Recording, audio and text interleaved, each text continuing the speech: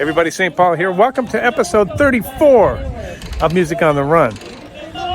My guest this week, great guitar player, Canadian, and you probably know him from his solo career or his career with Bon Jovi. Phil X is next on Music on the Run. Before we get started here, do me a favor. Wherever you got this podcast, make sure you subscribe, give us a rating, and if you have time and like what you're hearing, make sure you write a review. It really helps us get the word out so we can have a lot more people coming to the party. Hey everybody, I'm St. Paul Peterson. Prince gave me that nickname, and I've been lucky enough to tour with people like the Steve Miller Band, Kenny Loggins, Peter Frampton, Donny Osmond, to name a few. And when I'm not playing music, I love to run. And this is a podcast about how we stay healthy on the road, physically, mentally, and with our families. Welcome to Music on the Run.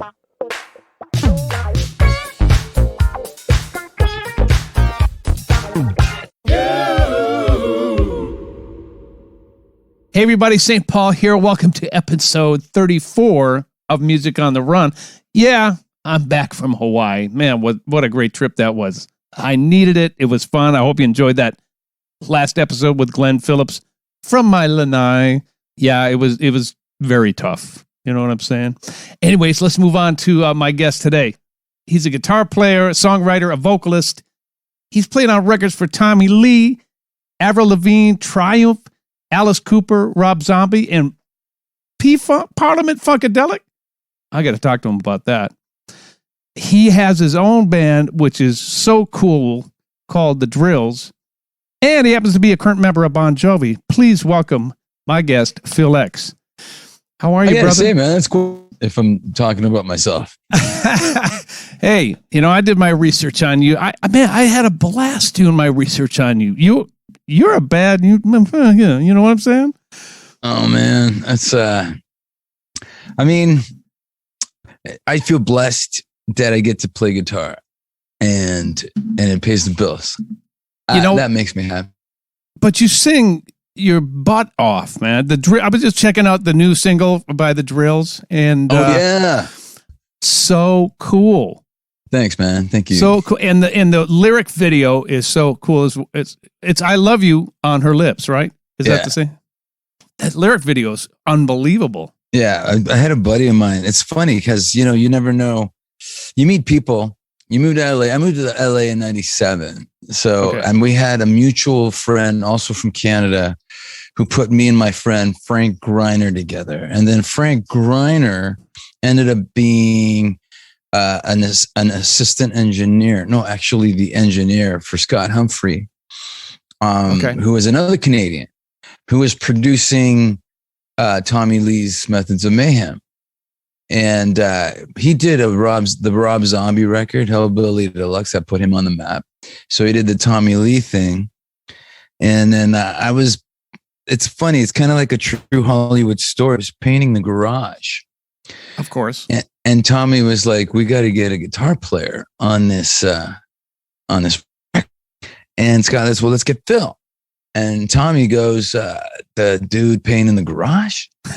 And yeah, so put the paintbrush down, walk in, pick up a Les Paul. I start playing, and Tommy's like, "Dude, you got to play on the whole record." Wow. But it snowballed into, Rob Zombie coming by, going, "Hey, man, I really like what you're doing on Tommy's record. Will you play on my next record?"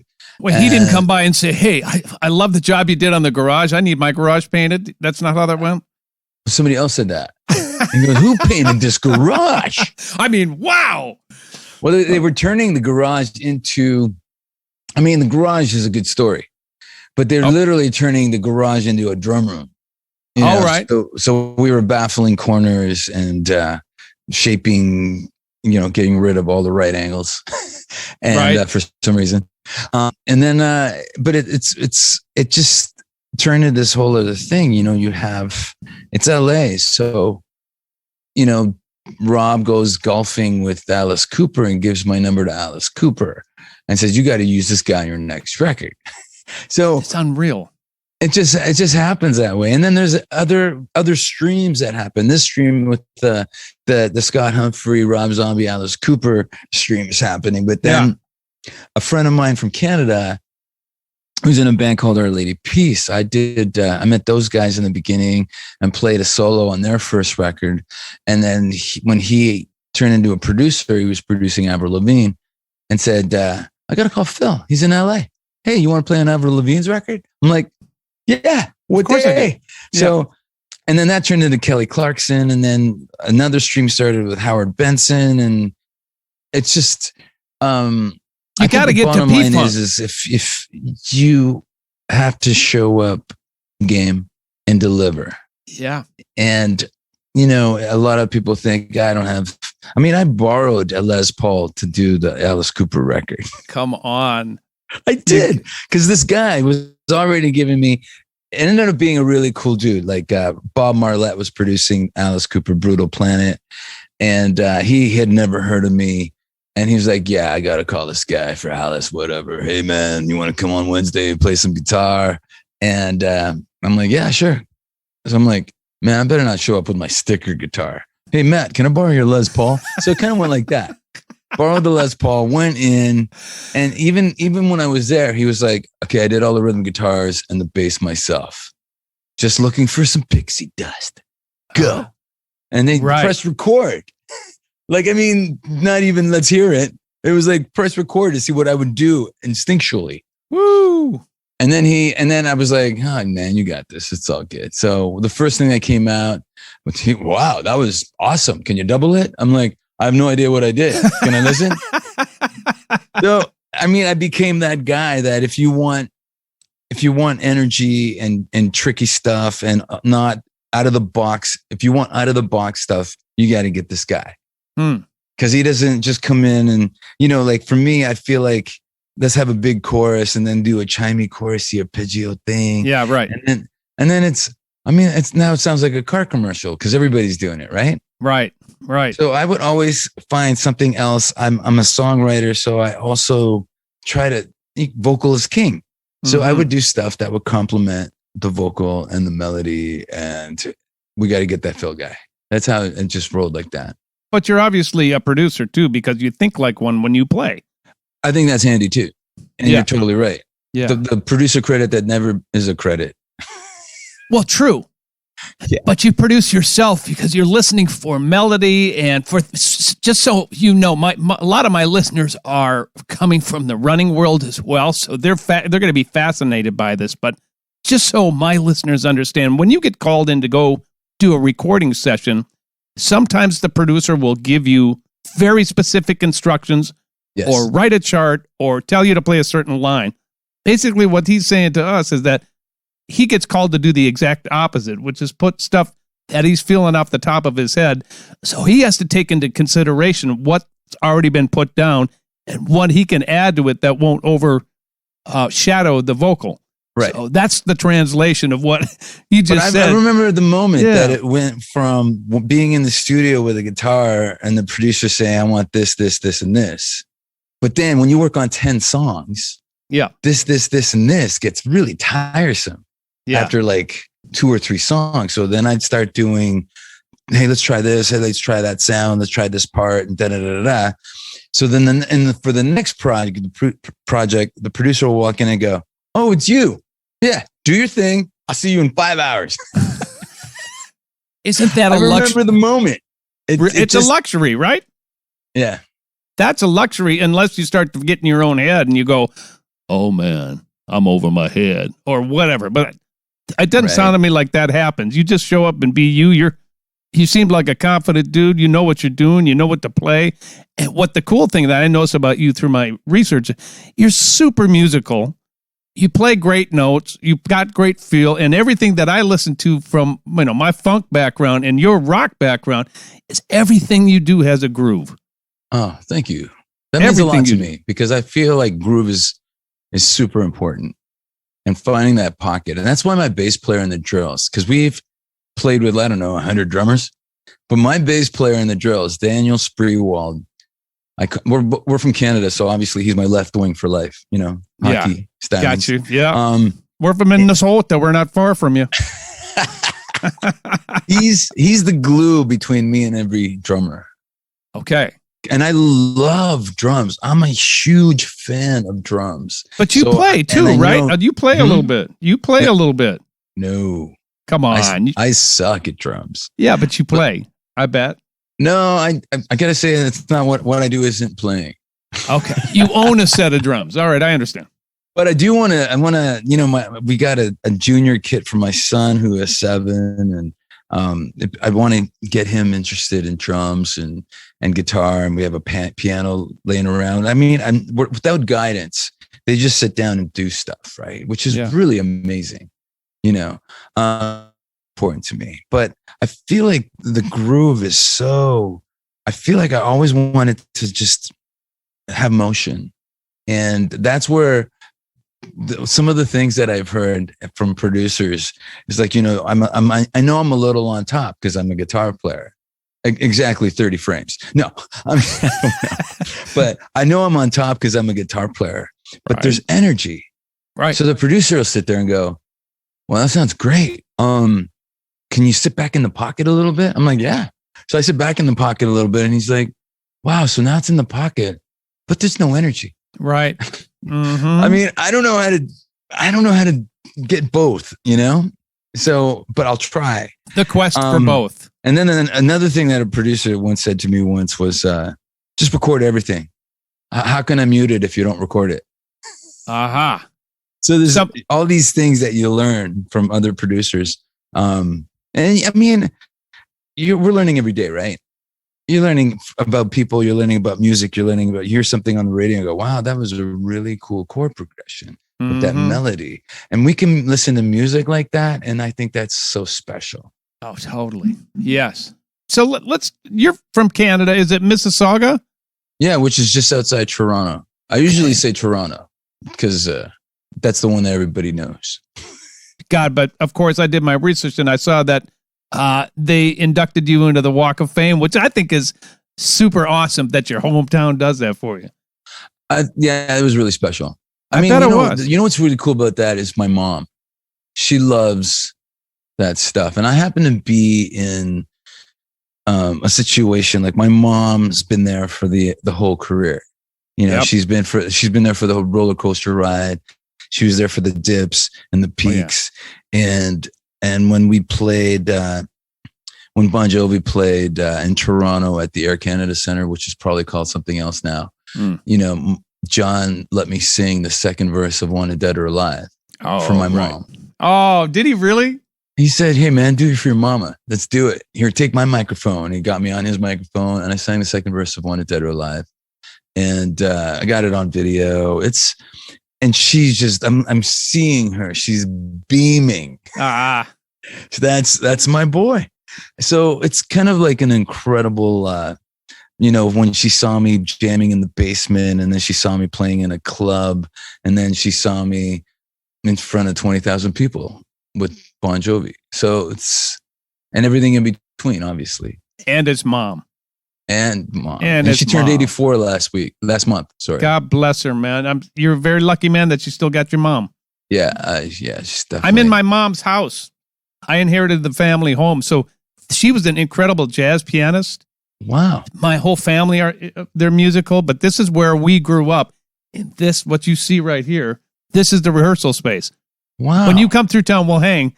We have a great hang down in this basement. We'll play the whole bit. But moms are special. She died a few years ago, but she was. Sorry. You would have dug her, man. So good for you that you honor your mom, man. That's so important.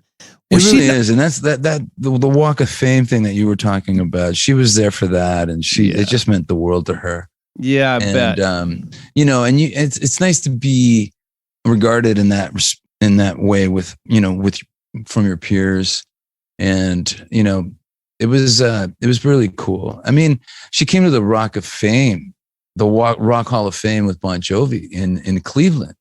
Oh, and it was funny because I had my kids there. We were on the road, and then we're in Cleveland and we're doing the Rock Hall of Fame with Bon Jovi getting inducted. Right. And then my wife and my kids are there, and they're going back to Toronto with my mom.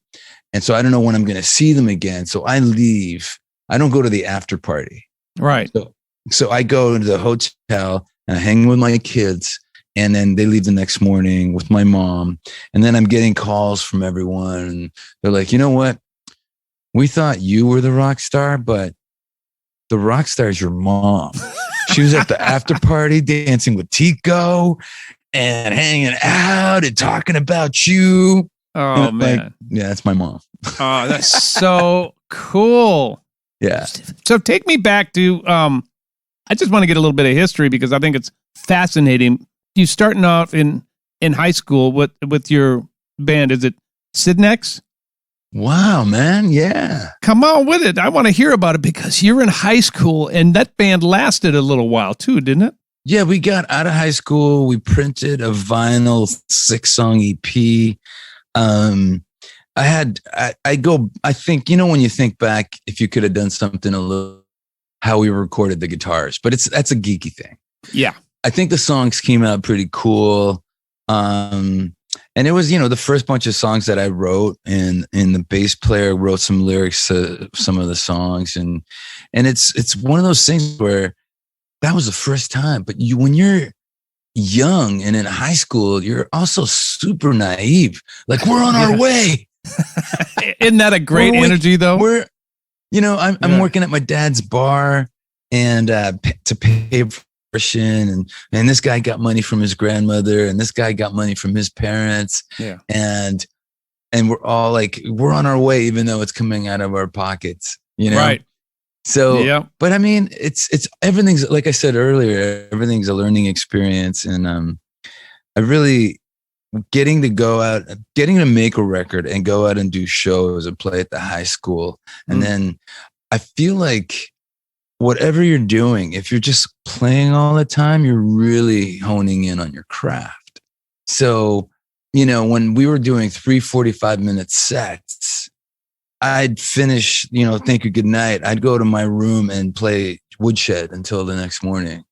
And then I'd get up and have breakfast and then Woodshed until we went on. So I was always playing guitar. So people are like, how much do you practice now? I go, not a lot. But man, back then, there wasn't times where I didn't have a guitar. And then somebody sent me a schedule even further down the road. Say, in 1988, I was toured with a Canadian band called Frozen Ghost. Okay. And then in 1990, I was touring with a band called Aldo Nova. And then in 1993, I played in Triumph for a bit and we put a record out. And then so now I don't want to be a side guy anymore, and I just want to be in a band and write. And then that leads me to moving to LA in 97. And you think, okay, well, now I'm in LA, something's going to happen. But no, you're working weird jobs and selling meat out of the back of a pickup truck and what do you mean? Wearing a sandwich board like you see in the cartoons. That was real for me for a week. And, $10 an hour is $10 an hour. And then 99 is when, I was painting the garage and then ended up playing guitar. But it's before I moved to LA, how it got to the point of what I have in my hands and what I have in my throat is a Monday night jam, a Tuesday night jam, a Wednesday night jam, Thursday, Friday, Saturday, 3 45-minute sets at somewhere within a 500-mile radius, and then a Sunday night jam. And it wasn't uncommon for us to do 21 days straight. And when you play the ski resort north of Toronto, you're doing 2 matinees in the afternoon. Oh. So that's how I honed in this and this. Yeah. And I really specifically just, that's where the hands came from. And then when I'm in the studio now in LA, the engineer's like, can you stand further back? Because from the mic? You're acoustically louder than the near fields. And I'm like, well, I could pick lighter. And they're like, no. I love what's happening, but I can't. I hear you too much. So I'd have to back up. Wow. Yeah. And that's from playing in lousy bars with lousy PAs and lousy monitors and beating the crap out of strings. You love it. I love it. That's the bottom line. Throughout the years, has that when we're young, like you said, it's just like, we're going to be great. We're going to be famous. We're going to be this now. And then you go through the ups and downs, like, maybe not getting signed or moving to LA and selling meat out of the back of the truck. Because some of these things can be hits to financially and hits to your ego. And I found it that some artists, it takes a lot of time to get through that. And some people will interpret those years differently. And it sounds like to me that you use those years as your preparation and learning years to enable you to get to do what you're doing right now. Yes. Is that definitely fair? I think everything's school, right? When people go, hey, where did you go to college? I'm like, always a van with two dudes and a PA system. Right. Yeah.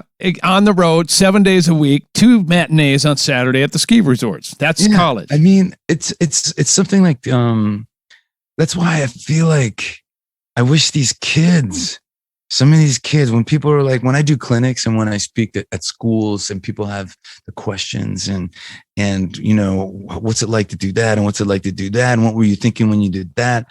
And it's always about not only staying positive and seeing like a light at the end of the tunnel, but what can I do to improve what I'm doing?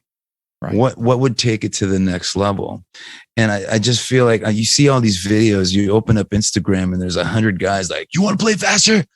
Take my course. And I'm like, well, that's not going to get him a gig with Lenny Kravitz. Right. Right. Or you have, when I was a kid and I washed dishes at 2 restaurants to be able to buy a Marshall 412 cabinet. And, you see the kids going, oh man, I wish I could buy that pedal, but I don't have enough money. I'm like, cut some lawns, man. Yeah. Get to work. Do something. Get work. The money. I didn't have the money. My first guitar when I was 11, my first pro guitar was a Strat, secondhand, $350. My dad said, you work at the restaurant, whatever you make, I'll match. And I raised $175 and he matched it. And I bought that Strat when I was 11 for $350. Because he wanted me, if I buy you a guitar, you're going to feel one way about it. If you work hard and put in your own dough, you will feel a different way about it. He was right. That's how I want you to feel. He was right. Yeah, totally. So were your parents, they're not musical, or are they? Oh, my dad. My mom loves to sing. That's how they met.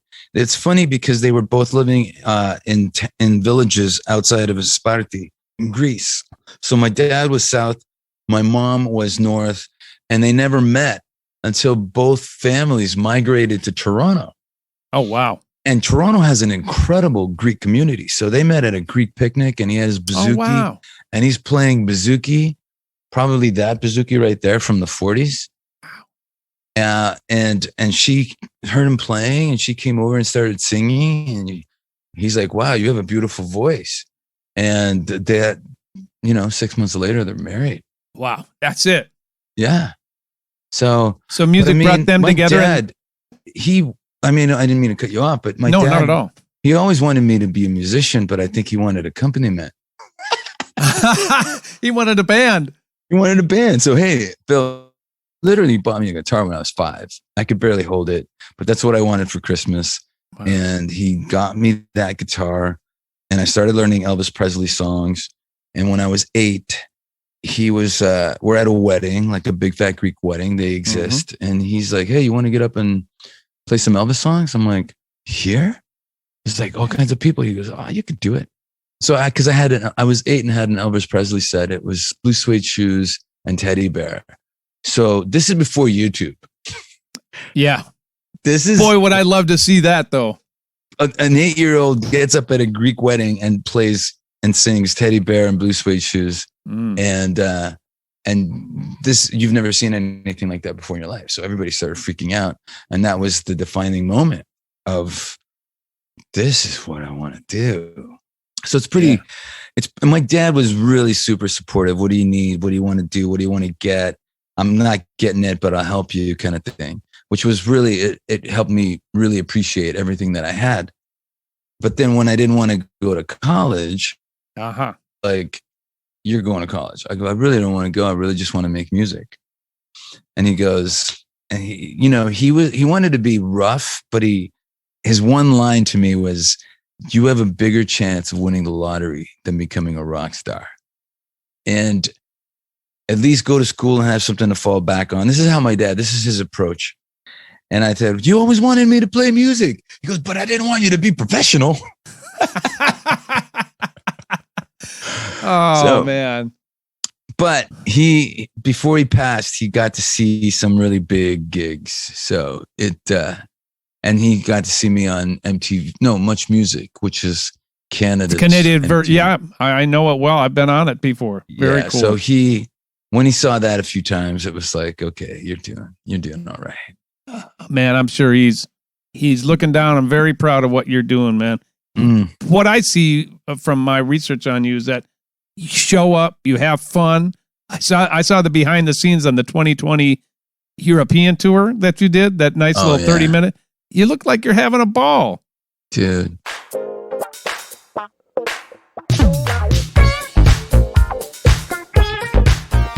We're going to break away from the interview right now because I want to tell you about a couple of really cool things. First of all, thank you to everybody who's embraced Funk Friday. We are having so much fun, bringing a little joy to the internet every single Friday with a 1-minute funk jam. So thank you so much for that. And if you like Funk Friday and you like Music on the Run and you want to become our partner and help us put those shows on, go to patreon.com/Music on the Run podcast. Again, become our partner at patreon.com/Music on the Run podcast. And there you'll get all the information on how you can financially help us produce this podcast and get some pretty cool merchandise and incentives in return. I'd also like to take this opportunity to thank the patrons who've already signed up. We could not do this show without you. As always, thank you so much for supporting us here at Music on the Run. Now back to our interview. You look like you're having a ball. Dude. And it's funny, that tour that we got cut off because of COVID, we had to come home early, but I was doing press, and I hate days off. So, I mean, I get a call from John, like John Bon Jovi, calling me in the UK, go, hey, how's it going out there? I go, it's going great, man. How many shows you do in a row? I go, 4. And he's like, God bless you. Singing full on for 4 shows. That's crazy. Right. But I would hate days off. So we had, I believe it was 8 shows in 11 days. So I booked 2 clinics. So it was 8 shows and 2 clinics in 11 days. And I go off. I sing. I open my clinic singing Communication Breakdown because I need to. That's my warm up. So it gets the blood going. So, but I'd say we did that, and in the between, I'm doing press, and so hey, so right now you're with the Drills, but in June, because nothing was canceled yet, in June you're out with Bon Jovi again. What's the major difference? I'm like, well, I'm in a van, sharing hotel rooms, playing in front of 100 to 300 people, and in June it's arenas and jets. That's what makes people know you love music. Yeah. Because you keep showing up. And it's so funny. Those little small shows and those rides in the vans and those 3 guys in one room or whatever the case may be. Yeah. Sometimes, at least for me, that sounds like a St. Paul tour, by the way. Those are some of the funniest, most memorable moments and some of the most killing shows I've ever done are those little things, because you know what the 20,000 is like, but you get the opportunity and you get the chance to go play on your own. And it's just, you can't even put a dollar figure on something like that. You're totally right. The fact that John supports you and is happy for you to do that is super cool, because not all rock stars are like that. Well, it's funny because we be landing somewhere in, let's say we're landing somewhere in Bucharest or something. Yeah. Or I've planned to go out to a Hard Rock cafe and meet some friends there and get up and jam. You know, kind of like you walk in and you commandeer the house gear and start jamming. So I've planned to do that. And so we're landing and John looks at me and goes, "Are you jamming somewhere tonight?" I'm like, "Yeah." He goes, "You got security?" I'm like, "No." "Thomas, make sure Phil has security tonight. We got a couple of shows to go." Really? Well, I mean, he's right. If something happens, it didn't even occur to me and now I kind of feel like a little selfish about it, but it doesn't occur to me that if something happens to me, something happens to them. True. So that's when it sunk in. But I mean, one of my favorite things was we had a day off in Adelaide I believe it was 2018. Yeah, I think it was 2018. We had a day off in Adelaide, and I had a friend in LA call me and go, "Man, if you want to play this open mic night on Monday, I got the rhythm section for you, and I'll learn whatever you want." And I'm like, "Okay, man, just going to learn a ton of AC/DC and Zeppelin." And so I don't advertise that I'm going to this place, but the fans already hear about it and start talking about it. And when you can't get there, you can't move. And it's like, but I had such a good time. Just get up there and do some Zeppelin, and the rhythm section was great, like my friend said they would be. And what was really awesome was the band before us wasn't very good, so that just made us look even better. Oh, occasionally that doesn't hurt, right? Doesn't hurt. All right, so we have this is called Music on the Run, and we want to talk about how you navigate your time on the road. Why do you stay healthy? How do you stay sane? So what does a day in the life of Phil X look like, let's say on the Bon Jovi tour? That's it would have been different after the Drills tour that happened. And I'll explain that in a minute, but it takes a minute when you're out there doing stadiums. We don't do sound check because the doors are open. Oh yeah. Right.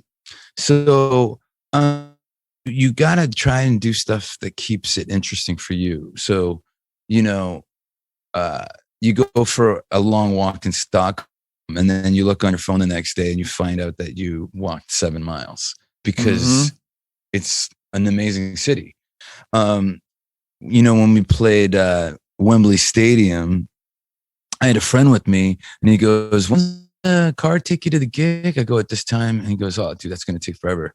Why don't we take the tube?" I'm like, "All right." So I take the tube from the hotel to Wembley, and so I'm at the top of the stairs. I get off the train, and this girl walks up to me. She's like, "Are you Phil X, or you just look like Phil X?" I was like, I get that a lot. And I just keep walking, right? Because if you stop for one, then you're done. A meet and greet at Starbucks, right? Mm-hmm. So we keep walking until, and then people are following us now, and they're like, "Well, I think that's him. I think that's him." And then now you got pulled.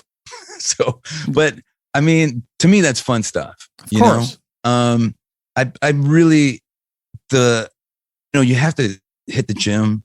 You have to. For me, it takes me a while to figure out when to eat and how much to eat and what not to eat.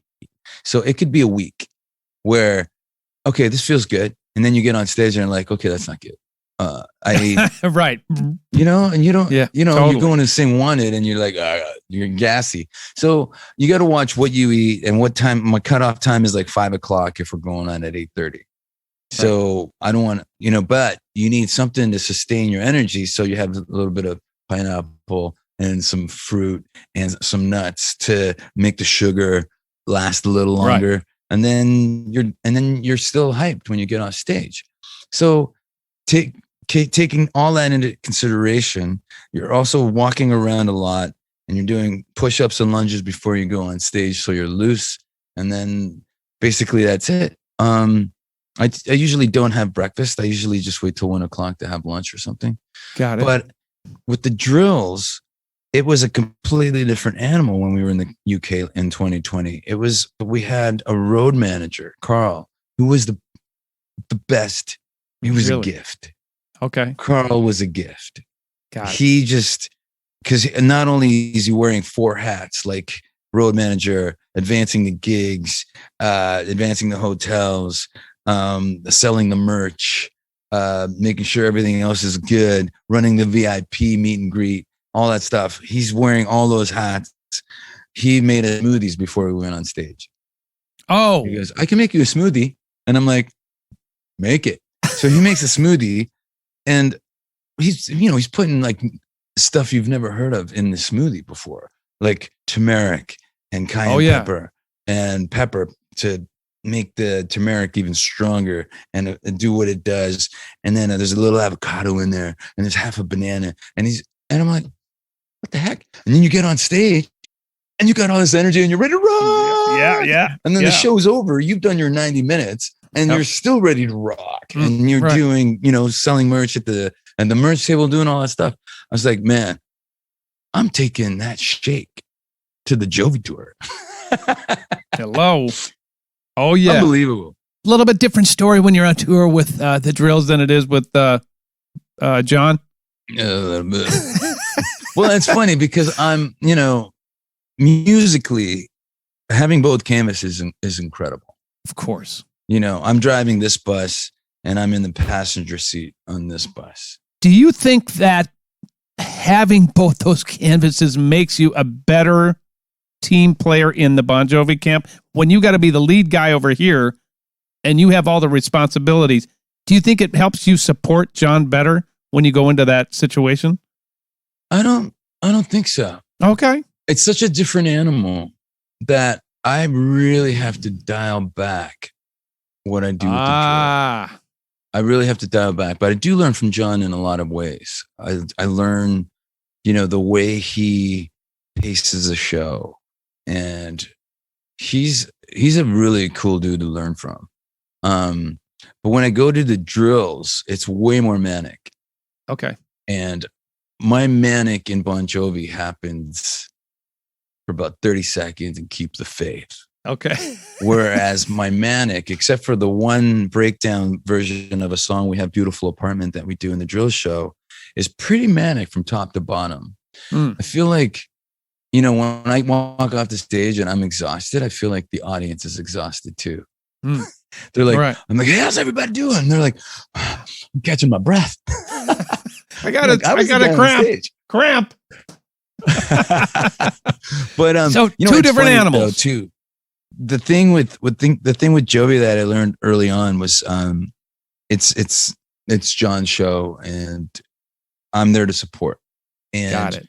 Even in the beginning, I feel like okay, so you're a musician and you're a great musician, but you know that this guy playing that song and this guy playing the exact same song is never going to be the same. Right. I don't play like Richie. Right. I'm going to have a good guitar tone. I'm going to get as close as I can. Mm-hmm. And when somebody, I was getting a lot of questions like, what was the hardest song you had to learn? And I said, there wasn't really anything technically difficult, but sometimes trying to capture the emotion intended is harder than nailing the licks. Right. And people, but for me, I want to respect the band. I want to respect the music. You want to respect Richie Sambora. You want to respect the fans. So it was always about just being in that seat where all the respect is laid out and I'm just doing the job. Yeah. Big shoes to fill in that band. Oh, of course. You know, he was definitely a principal character. I mean, he co-wrote all the big songs and he's got that voice. His voice is amazing. Yeah. So, stepping into that position was, and it's funny because people were like, what was the first show? Were you nervous? I'm like, you don't have time to be nervous. Right. You can't get in your head when you're walking on that stage. You got to stay out of your head when you're walking on the stage and you're just you're thinking, dude, you've been playing guitar and singing your entire life. It's just Bon Jovi songs. You got it. Yeah. But that first show, 50,000 people at Jazz Fest in New Orleans. Yep. You see 50,000 people and they're all looking at you going, who the fuck is that? That's not Richie's what? Yeah. So that had to be great, and it had to be weird, and it was you weird. You seem to have handled it beautifully. Though. I really thought, because that was my first time on stage with the band, and I really thought John would say something. Hey, Richie couldn't make it tonight. Let's have a hand for Phil Axe, who showed up out of the blue, and he's filling in. But he waited until the encore, so it was 90 minutes of everybody going, "Who's that guy?" But the funny thing is as soon as he said, "I'd like to thank Phil X for filling in for us," 50,000 people were like, "Oh yeah, checking you out." Oh hell Googling yeah. Who is this guy? So that was kind of funny. Well, you might as well tell us how you got the Bon Jovi gig, as long as we're talking about John. It's funny. People think that we go back, because we do go way back, but John meets and works with so many people.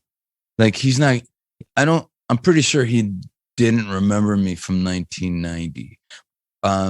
So John started a label and signed Aldo Nova and co-wrote and co-produced that Aldo Nova record, Blood on the Bricks. So I got into that band, and when we were rehearsing, even Aldo was like, "Hey, John's going to get on stage with us, and probably let's do Blaze of Glory." So we learned Blaze of Glory because that was his current single. Yep. So we did a couple of events where we played Blaze of Glory, and then John would co-sing our single, Blood on the Bricks. And there was the Houston Summit or something, where not only was I in Aldo Nova, but Paul Rogers got on stage with us, and we played our kid with the long hair and the leather pants going, "Is this happening? This is crazy." Right.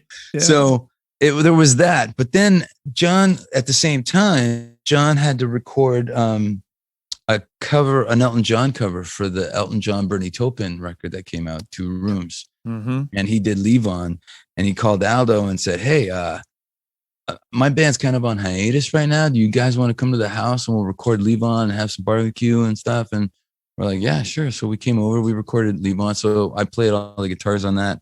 Nice. But I don't think John ever remembered that kid from Aldo Nova. Right. But it all happens, they say be at the right place at the right time kind of thing. But it kind of went that way. Like John Shanks, who had produced a number of Bon Jovi records at the time. Who's a friend of mine as well. We share him in common. See, there, Shanks. He basically, it was funny because, so Ken Aronoff, obviously, because he gave you my... That's how you and I know each other. Yes. And Chris Cheney was playing bass on this project. We were at Henson. And Shanks would walk in and see us having lunch. He'd go, "Hey, Kenny. Hey, Chris. Hey, guitar guy." Like this. But then a couple of days later, we're in Studio D, and he's in his studio, and he hears that we're still there. So he comes into the studio and comes up to me and he goes, "You are funny mother effer." And I'm like, "What?" He goes, "I couldn't stop watching your guitar videos last night." And it sounds like you can play and sing anything. See? So that's how we met. Funny. 2 weeks later, he calls me. "I got your number from Chris. I think I have a gig for you. I can't tell you what it is over the phone. Can you come to my studio tomorrow?" And I went in, and I'm like, "What's this gig?" And he goes, "You might have to fill in for Richie Sambora and Bon Jovi." And I'm like, "What? How is that even possible?" Yeah. He goes, "Well, this is the situation. Here's a contract. Here's a statement of confidentiality." John Bon Jovi took John Shanks' word for it out of the gate. Dang. No audition, no nothing. 25 songs to learn. Yep. You might get a rehearsal. You might walk on stage. Wow. And I was like, this doesn't even sound real. And then a couple of months later, I had worked on the music. I had got it all together. I felt pretty good about it. And April 14th, actually, this April 14th, it'll be 10 years. Wow. It was April 14th, 2011, that John actually called. I didn't get the phone because I didn't recognize the number. Of course. And the message was, "Hey, Phil, it's John Bon Jovi. I'm calling. It's my number." So I pick up, I call him, and we talk on the phone. And that was it. He said, I want you to come to New York at the end of the month. rehearse with a band for a couple of days, and put you on hold for May. Yep. So there was some kind of cycle that had been happening. Every time they took time off, when Richie came back, there was questionable performance situations. Mm-hmm. So, and then I'm like, yeah, sure, man. And that's what happened. Except when I flew to New York to rehearse with the band, Richie had gone into rehab. Got it. So it was like, I don't know if you heard, but Richie went into rehab. So On Hold for May is now you're playing May. Wow. I was like, okay. Yeah, exactly. Yeah. And it was funny because John works in mysterious ways. I don't think anybody else knew, and anybody else in the band knew what was going on. So we get to SIR in New York, and John's calling songs, and I'm just rifling through the songs, and everybody's looking around. And I heard Tico go, "Who the fuck is this guy?" Perfect. Yeah. Perfect. Yeah. It was, so everybody felt pretty good. And it was an experience, man. It was amazing. You know, when you have an idea of how things work, and then you actually see the inner workings of something that big. Yeah. It's pretty mind blowing. Yeah. Yeah. And then I learned about fans too. I learned about, you know, I did 5 shows, and there was the same people in the front row at 5 shows. And I'm like, what's that all about? Oh yeah. And they're like, oh, they're super fans, or I call them super fans. They love the band so much. It brings them so much joy. They go to multiple shows. Mm-hmm. And I go, so what's, and then I meet fans in the lobby. What's with the Bon Jovi chairs? You know, the front row is Bon Jovi artwork chairs. And they're like, okay. And so I'm not talking to fans in the lobby. Those are, if you get a certain VIP package, you get to take a chair home. And this girl goes, I have 5 chairs. Oh, you need a table. Yes, you do. So it was kind of like that, you know. And it's kind of when I look back now, I feel like everything that played out was pretty amazing. And then they said, Richie's coming back. Thank you for your job. Here's a bonus. See ya. Got it. Yeah. You thought that was 2 years later was when I was at Trader Joe's, and you know, John calls, and I'm like, John Jovi calling. I bet you did. Yeah. Look, everyone. Look, it's John. What's up, Johnny? Yeah. You know? Yeah. Talking real loud. Yeah. Yeah. And he's like, we need you in Calgary tonight. I was like, wait, tonight? And he's like, yeah, tonight. And Scotty's going to call you. Scott was a road manager, Scott Casey. And he called and said, so, hey, let's get you to get a car to your house in an hour, and we'll get you to the Signature Airport, and you will fly to Calgary. Like that. And meanwhile, me and my girl are pregnant. My girl is having a terrible first trimester, and I call her and I go, hey, so I got a call from Bon Jovi, and she's like, oh, when are you leaving? I said, be a car at the house in an hour. Meanwhile, to my surprise, she's like, do you need me to pick anything up? Do you need me to do laundry? What do you want me to do? And I'm like, oh man, you're the best. So she's been my one since. That's great. But that was crazy.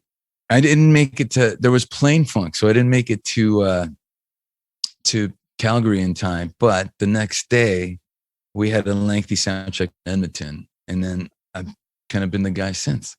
How'd that change your life, man? You know, it's funny because there's so many things that you think, like, okay, being in a huge band and a mega band, there are positives. Of course. For me, being a session guy on time off, it kind of like hindered my session world. Because you're gone. They think you're gone. Yeah, you're not there. And then even if you are home, they think you're not there. Ah, right. And that hurt. And then, we can't afford Phil anymore. He's in Bon Jovi. I'm like, okay, you guys are having a discussion I'm not included in. Yeah, please. Why don't you just ask me? Yeah. Yeah. You got my number? Call, text, email. Please? What's your rate now? I'm like, it hasn't changed. Yeah. Let's hang. Hire me. Yes. I get it. Yeah. So that was kind of It was kind of rocky a couple of times, but you know, it's one of those things when the fans, even in 2013, the magic was, you know, you're in Madrid in a hotel lobby and a fan runs up and says, "Can I get your autograph?" And you go, "Yeah." And she pulls out 3 drill CDs. See? And that was, okay. Yes, of course. Yeah. You know, that was pretty amazing. And then you meet people like, "Wow, I bought your drill CD and I really love that song. It's the lyrics, I really connect." And I'm like, "Wait a minute. You bought the drill CDs and you listened to them?" We're still wired like that, man. Yeah. You like it? You did? You like me, really? I love you, man. But it's you know, the other thing that happens is you become your name gets out there more. You know, since the whole Bon Jovi thing, I've jammed with some of my heroes, you know, Billy such Gibbons, as Wooly John Roth, who called me on my birthday actually yesterday, which is yesterday was your birthday? Yeah, I turned 55. I'm still older than you. I got you by a year, brother. Happy birthday, man. So wait, you're 56. So people are like, "Hey, happy," what do they call it? Double nickel. Double nickels, yep. So what's 56? Double nickel and a penny? I don't know. No one calls me anything anymore. I think it's hush hush. I have to tell you, and I gotta, now I've been talking about me the whole time, but when you know, Kenny told me about you, I kind of dug into that hole too. And I was watching a lot of your stuff and I was like, wow, this guy's the crazy talent. Oh, thank you, man. man. And then I found there was one, it was called, I don't know, it was a performance in a van and it was nothing jam in a van. To you, just you and keys. And I was riveted. No way. The whole time. Oh, because I'm riveted by stuff I can't do. I can't do that. Got it. Wow. And I'm blown really away impressed. that you checked that out. I know, I think I told you when we were texting or on the phone or something, but I was really excited about getting to do that Funk 49 with you. Wasn't that fun, man? I mean, for me, just for the fans who are listening to this, if you don't know, go check out Funk Friday. You know the series that we've been doing. The 49th one is a tribute to Joe Walsh. Joe Walsh, who is in the Eagles, is a legendary guitar player who wrote a song called Funk 49. And of course, we had to do this song for Funk 49 for week 49 or episode 49. I called my buddy Kenny Aronoff. I said, "Who do you think would be good for this?" And he said, "You got to try my buddy Phil X." I'm like, "Cool. I don't know Phil." He said, "Let me hook it up." Of course, Kenny, with his energy, he's like, we were connected within 30 seconds and you and I hit it off great. And, you know, let me tell you the truth now. I decided to play guitar on this as well, which was balls of steel because I can't play guitar like you play guitar. So thank you for not going, Jesus, you should turn this off. You were very nice, man. And it was just an honor to play. You have a great feel though. For me, I think you told your story and then I told my story, but I think the true star of that track is Lenny. Yeah. I love War. I love, Lowrider and Cisco Kid. Yeah. And all that stuff with the percussion. And I was like, it's funny. I think you sent me the track and you said, I don't have Lenny's track yet, but I'll send it to you when I have it. And then when I put it in, it was like, Lenny's the baddest. And he's been on half of the Funk Fridays and he's become such a dear friend. And that's what the beauty of Funk Friday has been for me. I get to meet people like you, get to meet people like Lenny. I mean, and same thing. I got to meet you. I mean, it's amazing. Yeah, it's really fun. When music brings people together, that's one of the best parts, right? That's the silver lining in COVID for me. I'll tell you that. Just because it's coming up on an hour here. We're coming near the end. There's something that's important to me that I want to ask you. Tell me about being a dad. Man, for me, it was like I got to be an uncle before I became a dad. I was a dad to dogs before I was a dad to kids. Yeah. I mean, everything's a buffer, kind of, right? Right. Training ground, baby. But man, when I held my son for the first time, it was like holding up my heart. And I was like, I was like, oh man, I'm never buying a guitar again. It's all about you. So, and that's honest to goodness, like how I felt. I have friends that haven't had kids that are musicians, and they you know, I always, and people like to compare stuff. Like, you know, what's it like? What's this? Give me an example. Give me a comparison. So, you know, playing in a mega band, being a musician that plays in a mega band and we sell out Madison Square Gardens, which is a dream venue when you're a kid, and for 2 nights. And okay, so I'm in a mega band. We sold out 2 nights at Madison Square Garden last year. Being a dad is better than that. Ooh. It was, you know, it's one of those things where it's like, you can't really compare it to anything. It's not, you know, it's not like having a 59 Les Paul. It's not like having a 56 Chevy Malibu. It's from your loins, dude. It's loins. You know? Yes.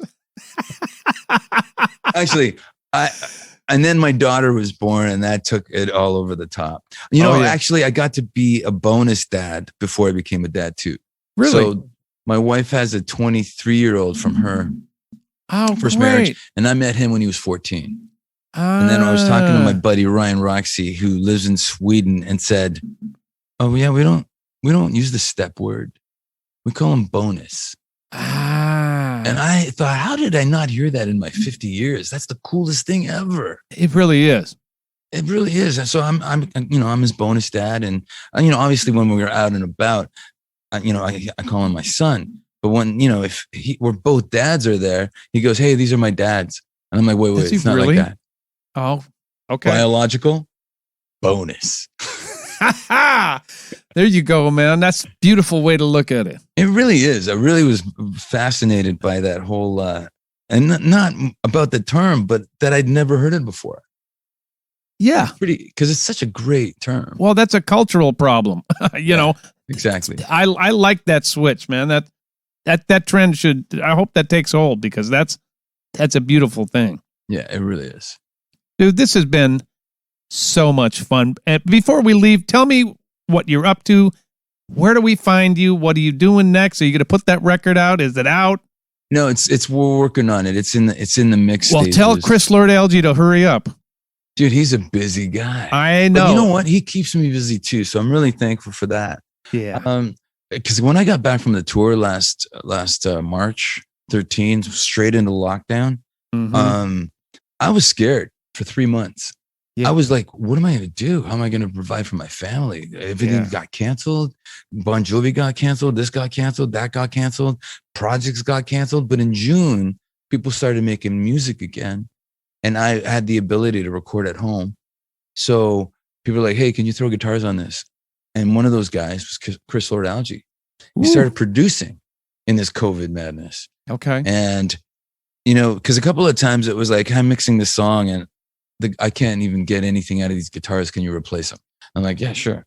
And then it became, wow, you're really quick and really awesome. And I'm working on this thing. And if you want to be the guitar player, who should I get to play drums? And it turned into this whole thing. And this project it's been flourishing. And some of the best music that we've made, it was with Chris this year. No kidding. If he's busy, I don't press him. I'm like, hey, hit it when you can, dude. But there's a lot of songs. Okay, so Stupid Good Lookings was volume 1. Volume was 6 songs. Volume 2 was going to be 6 songs, but now it's going to be 10 songs because there's been a different drummer on every track. Like I said, wow. I love drummers. Okay, but in this case of it being so long since volume 1 came out, we're just going to put 10 songs on it. I do realize that people love content, but not all at the same time. Yeah. But if I go on my live chat and talk to 30 to 60 app members, premier members on my live chat and go, you guys want 6 songs or 10 songs? It's usually unanimous. They want more. They want 10 songs. Is that right? Yeah. So it's good to, mind you, I Love You on Her Lips that just came out. That's a standalone single. Yep. And then the song that we put out at the end of last year was called Right on the Money. Mm-hmm. Great song. And that was our COVID ISO video / fan video. We got all these fans in it singing the chorus and stuff. And that was really amazing too. You cut that at Capitol for his Mix with the Masters or something like that, right? And we did 3 songs there. Oh yeah, that was a song that was recorded there. And that was my first time to see Chris do his thing.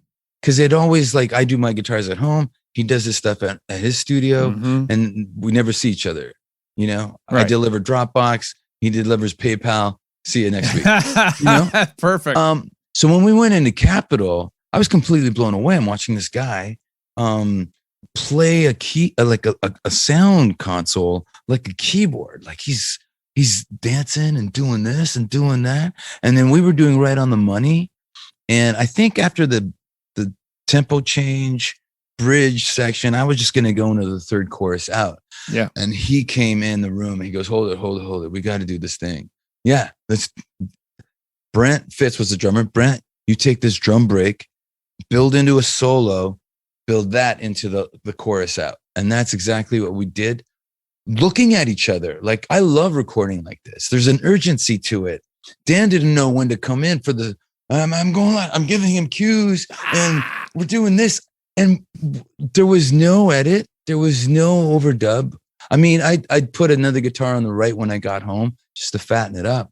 But the guitar you hear on the left was recorded with Dan and Brent. And Brent, what he played is what you hear on the track. And what Dan did on bass, you hear on the track. It was just, I love that. I love live guys playing their instruments for a whole 4 minutes. Yes. It was so fun. It was so fun. And then it turned out great, man. And it was funny too, because I called Brent about the video and he goes, dude, I really don't know what I did. And I'd have to learn it and it would take me a couple of days. Can I just like read a magazine for a joke or you cut to something? I ended up cutting to VIP photos from the tour in the UK. Great. So that it all ended up being a fan item, fan video. It was really awesome. But yeah, I mean, going into Capitol Records was great. And Chris choosing us was flattering because he's worked with so many bands. Of course. Yeah. You got to say yes to that. That's for sure. Yeah, for sure. So we don't know when that's coming out, but where can we find all things Phil X? Instagram is PhilX1111. Okay. Facebook is The Real Phil X. And YouTube is also, my YouTube channel is also PhilX1111. Cool. And I was getting into this role of, I got to get YouTube happening or something, you know, when lockdown happened. So there's some really cool covers on there. We did a really cool Black Dog with Tishy, and we did, I went way deep into Unchained by Van Halen with Kenny on drums. Oh, cool. And then after that, I talked through the whole guitar process. Like, it's not the Frankenstein, it's a Les Paul. And I have to wear it higher so the chug is right. Right. And the low E string is slamming into the pickup, which is why it sounds so violent. And the new striped MXR flange doesn't even come close to this 1976. So you brought him into the tech world and how to. And you know what? Because I got a kick out of it. I bet you did. This is me being a nerd, and welcome all that want to hear what I have to say. Sure. And I think the cover came out awesome. It's Dan again on bass. And then what else did we do? Do you know Randy Cook? I don't. Okay, he's another Canadian. He's a fabulous drummer. He's down here. We did a really cool Fire on Fire. It's called Power Trio on Fire. It's Fire by Hendrix. Oh, but it's super fast. And I do this really stupid solo medley at the end where I go from the Eddie Van Halen's Beat It solo to Randy Rhoads' crazy train solo. Everything's fast. Yeah. Faster than it should be. And I think before that, there's some TV shows, Flintstones, Gilligan's Island. And then excellent. So it's a lot of fun. I have my musical tastes and craziness is evident. And humor. And you're a knucklehead. And that's perfect. Dude, we're all knuckleheads, man. Yes, all my we favorite are. musicians are knuckleheads. It's the only way to be. It's all about my big brother, Billy, who's an incredible bass player, played with the Steve Miller Band for 25 years. He's a great upright player. He says it's all about the hang, man. And he's so right. Because music for me. Wait, so 25 years? Yeah. Does that take us back to Midnight Special, or was it after Midnight Special? After Midnight Special. Because 88. Because I played guitar. I played guitar with Steve from 88 to 92. My brother played bass. My other brother played keyboard. So it was the traveling Peterson brothers.